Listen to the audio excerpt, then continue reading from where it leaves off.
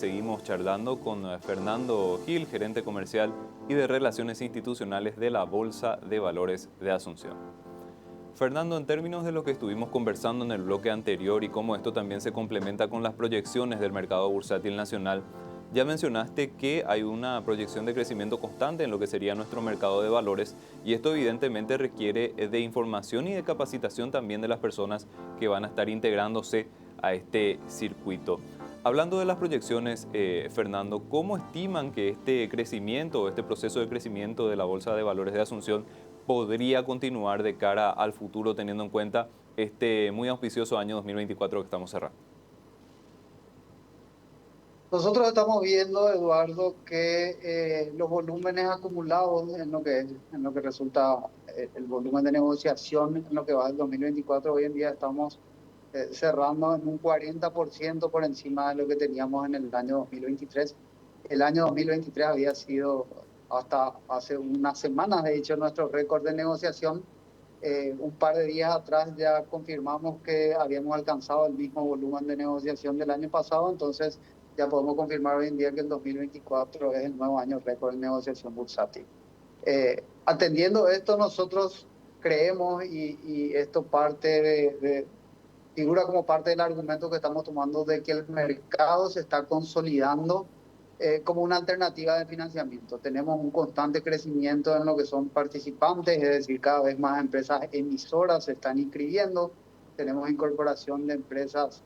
de entidades financieras que anteriormente no estaban participando, que se están incluyendo. Tenemos entidades del agro que se están sumando. Tenemos, bueno, nuevas administradoras de fondos, siempre con los productos de fondos de inversión también constantemente en proceso de registro. Entonces, nos viene a demostrar que el trabajo y que el modelo de capitalización o de alternativa de financiamiento del mercado de valores en realidad se está consolidando. Creemos y estamos apuntando por lo que intuimos del mercado en realidad, y con el conocimiento que ya tenemos de algunas nuevas emisiones que vamos a tener, que podríamos estar cerrando el año en un volumen de negociación entre 5.700 y 6.000 millones de dólares en el total acumulado del año. Bueno, y obviamente para el año que viene seguimos con un enfoque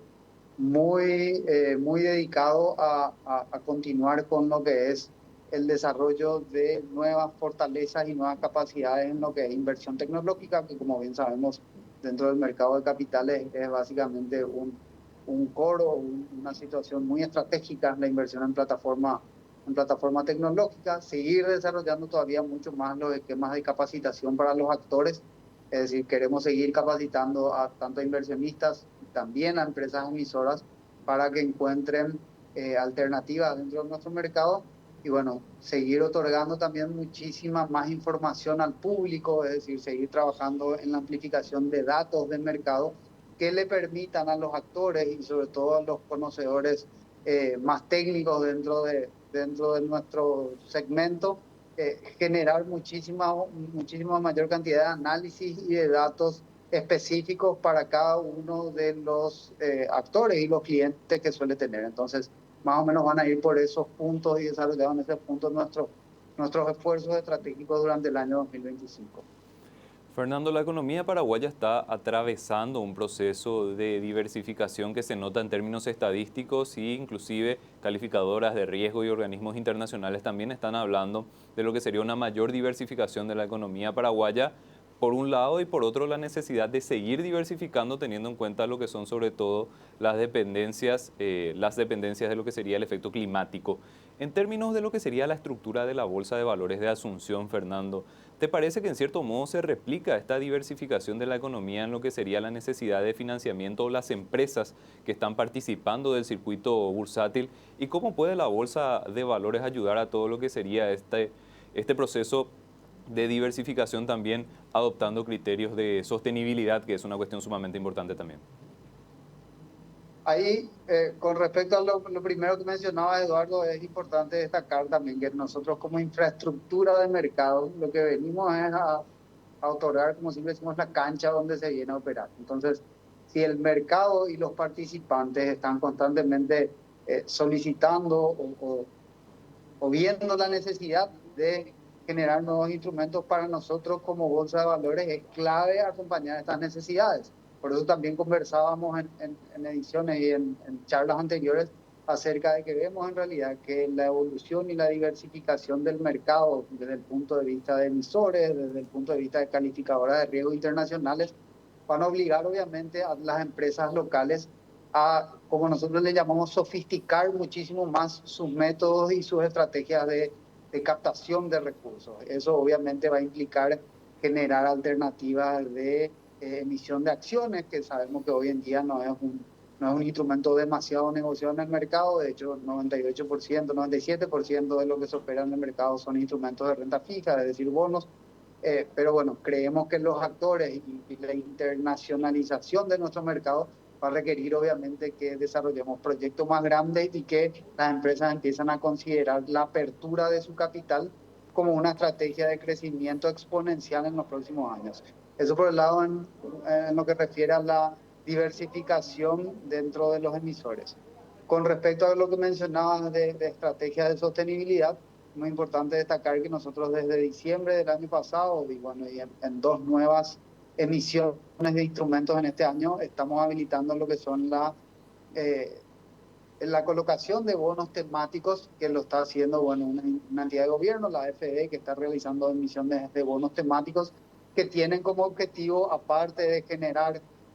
una alternativa de financiamiento, están sujetos obviamente al cumplimiento de objetivos de sostenibilidad alineados con los ODS. Entonces, el mercado, nosotros vemos sobre todo a nivel regional con respecto a los bonos temáticos, está creciendo exponencialmente. En Europa hay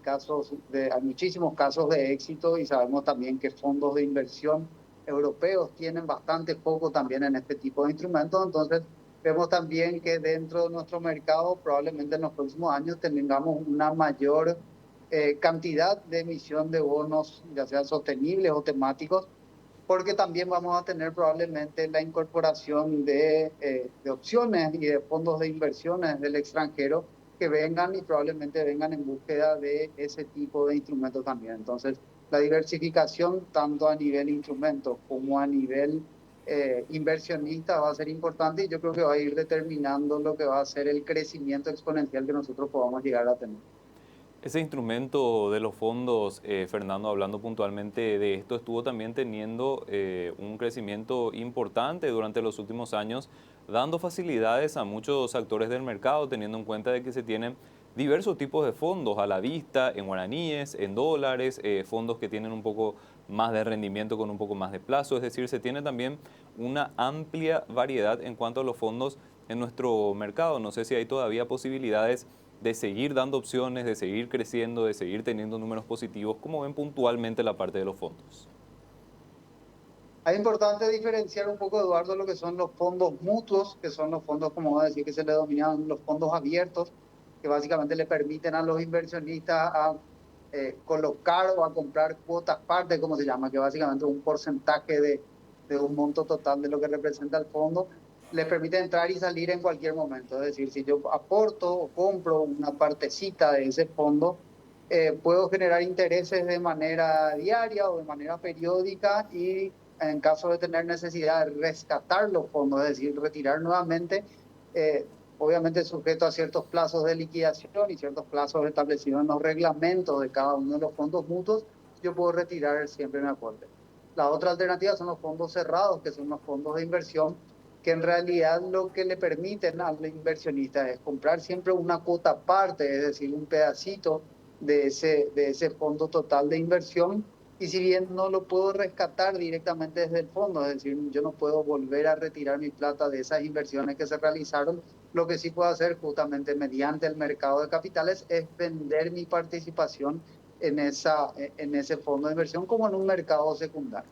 Entonces, es importante, los fondos mutuos hoy en día no cotizan en el mercado de valores, pero sí los fondos de inversión. Y bueno, sabemos que los fondos mutuos, obviamente dependiendo de su reglamento, muchos realizan inversiones dentro del mercado de capital. Diferenciando estos dos roles o estas dos figuras o vehículos financieros, nosotros siempre destacamos que los fondos de inversión también vinieron obviamente a encontrar una solución dentro del mercado sobre todo para proyectos de inversión que tienen plazos de finalización amplios. Se ajustó muy bien, obviamente, a los proyectos de desarrollo inmobiliario, porque sabemos que los proyectos de desarrollo inmobiliario responden a una necesidad de un plazo eh, probablemente de 3 años mínimo en adelante, porque recordemos que tenemos que comprar un terreno, hacer un loteamiento o desarrollar un edificio, entonces todo eso lleva cierto tiempo. Entonces vinieron a ofrecer una solución como vehículo financiero para poder desarrollar este tipo de proyectos. Entonces, dentro del total de fondos de inversión, nosotros vemos que hay muchísimas alternativas disponibles y siempre para lo que cada inversionista está buscando y le genera en realidad la posibilidad o una alternativa de tomar exposición en un mercado eh, sin la necesidad de tener o contar con un ticket generalmente demasiado grande. Entonces, creo que viene a apostar en realidad por un modelo o por convertirse en un vehículo financiero que básicamente lo que apunta es a brindar una situación de ganar-ganar para ambas partes, para el inversionista que desea tomar exposición en un sector específico y para el que emite o para la empresa que tenga algún proyecto la posibilidad de contar con esos fondos y realizar obviamente la devolución de ese capital en un plazo que se pueda ajustar a lo que está buscando con su proyecto. Tocaste un tema que me parece sumamente importante y lo resaltamos, de hecho, cada vez que estamos en contacto, Fernando, pero es porque en realidad me parece también importante de ir analizando cómo evoluciona, que es el tema del acceso. Evidentemente que muchas personas ven al sistema de valores, al mercado de valores, como una cuestión tal vez compleja, difícil, que requiere mucho dinero para poder ingresar. Y de repente con el paso del tiempo esto se fue volviendo un mito y también con el paso y el avance de la tecnología se están generando canales de acceso cada vez más competitivos y fáciles para que una persona pueda dar sus primeros pasos en un mercado de valores, que no es algo que vaya en contraposición de, por ejemplo, el ahorro tradicional a través de las entidades del sistema financiero, sino que actúa como un complemento. ¿Cómo ves que esa barrera de acceso, Fernando, se fue achicando, fue bajando con el paso del tiempo y te parece que tenemos todavía espacio para seguir facilitando el acceso al mercado de valores en Paraguay? Espacio de mejora siempre tenemos, Eduardo, y nosotros lo vemos y de hecho si analizamos también lo que son sobre todo mercados regionales, sabemos que los esquemas de incorporación de nuevos actores siempre son mejorables y siempre nos vamos a, nosotros vamos a apostar siempre con un foco muy intensivo en generar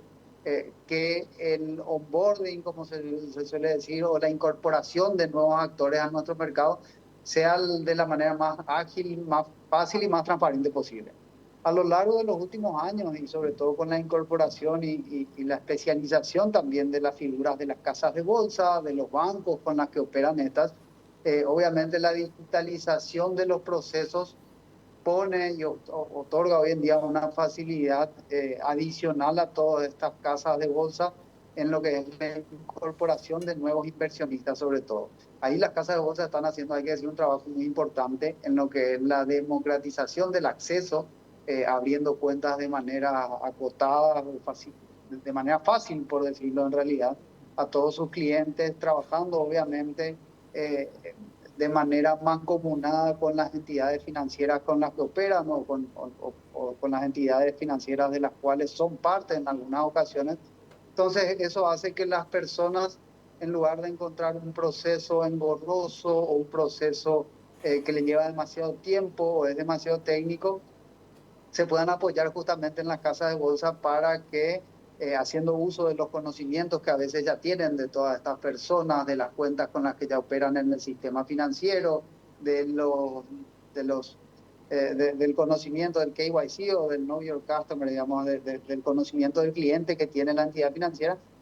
puedan hacer que esto ya forme parte de un legajo de documentos o de un perfil de cada uno de los inversionistas y puedan finalmente tener una cuenta comitente, como nosotros le llamamos en el mercado de capitales. Siempre es importante destacar que la casa de bolsa es finalmente la que le va a asesorar a lo largo de la operación en el mercado de capitales y le va a ir brindando obviamente los instrumentos que el inversionista, según su perfil de riesgo, pueda ir comprando o pueda tener disponible en el mercado. Entonces, siempre le alentamos a las personas a que se acerquen a la casa de bolsa con la que más se sientan cómodas y que empiecen el proceso de la apertura de una cuenta comitente. Ahí van a encontrar muchísimas facilidades dentro de lo que es la asesoría de la casa de bolsa y bueno, la definición de un perfil de riesgo también que le permita ir empezando a recibir, empezar a recibir ofertas de los instrumentos que se adecuan a sus necesidades. Hay opciones de bonos, Fernando, sin mencionar nada en específico, que van desde 1 millón de guaraníes y hay opciones también de fondos que van prácticamente desde 100.000 guaraníes y lo único que prácticamente se requiere es estar correctamente identificado y tener una cuenta bancaria. No son muchas las cuestiones que se necesitan, digo bien, para empezar a operar y dar los primeros pasos. Correcto, tenemos bonos en realidad establecidos por reglamento, incluso los cortes mínimos de todos los bonos en dólares y en guaraníes son de $1.000 y de 1 millón de guaraníes, entonces en bonos se podrían empezar a invertir desde ese monto. Acciones, hay incluso acciones desde valores 100.000 guaraníes, fondos también hay fondos que tienen montos mínimos de 100.000 guaraníes en adelante, entonces hay que sacar un poco el mito de que este es un esquema o un mercado únicamente destinado a inversiones multimillonarias. En realidad el mercado es un mercado súper accesible para todo el mundo. Y bueno, creemos y queremos en realidad que cada vez más gente se acerque, se capacite por un lado y al mismo tiempo que pueda empezar a operar vía una casa de bolsa dentro del mercado, transaccionando diferentes tipos de instrumentos y que vayan generando cada uno su cultura de inversión. Fernando, te agradecemos muchísimo el tiempo y el análisis. Estamos en contacto. Muchas gracias, Eduardo. Un gusto.